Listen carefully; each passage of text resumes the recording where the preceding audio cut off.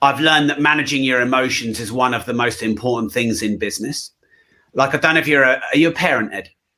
I am. I've got 2 boys. Yeah. Okay. So you know what it's like when you're a dad. 6 days and 23 hours of the week, you parent well, you're calm.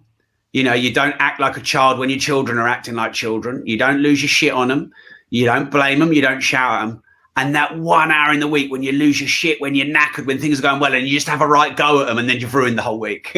And parenting, I think, is much like business. I see so many people who, one day, 1 hour, one post on social media, one reaction to a client, and they're just ruining everything because they're not handling their emotions very well. They're not taking criticism very well, or they're reacting angrily and defensively to people, or they're getting in debates and arguments and fights. Or some people do the opposite. They go inward and they retreat and they hide and they don't feel worthy. And so managing your emotions, and when you're having a good day, keeping yourself cool, saying, you know what, I might have had a good day, but it doesn't make me a genius. And then when you have a shit day, go, do you know what, I've had a shit day, but that doesn't make me a failure. And sort of almost like detaching who you are with what you do. So my podcast downloads this morning were way down. And so I started to think, oh, my podcast is shit. It's nice. No, it's a good podcast. It's a very good podcast. My downloads don't define me. Your sales don't define you. Your reach doesn't define you. The number of followers you have doesn't define you. What defines you is, do you do good quality work? Do you help people? Do you have a good business model? Do you have a meaningful message? Are you doing your best to serve people on a daily basis? So managing your emotions, you manage your emotions well, you'll manage your business well. That's number one. I think the next thing is the difference between hard work and smart work. There's a lot of advice out there about the hustle, the grind, the 10X, the no days off, working 24/7, 365 for 10 years to be an overnight success, motherfucker.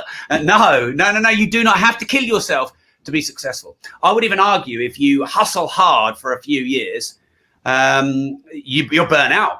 And I know you want to talk about that, Ed, or you'll lose your passion and enthusiasm for your business model. Footballers and really successful sports people, all the new science is saying the people who have the longest career and do really well professionally are those who rest and recover the best. And it always used to be those who train the hardest. No, you train hard, get an injury, you're out.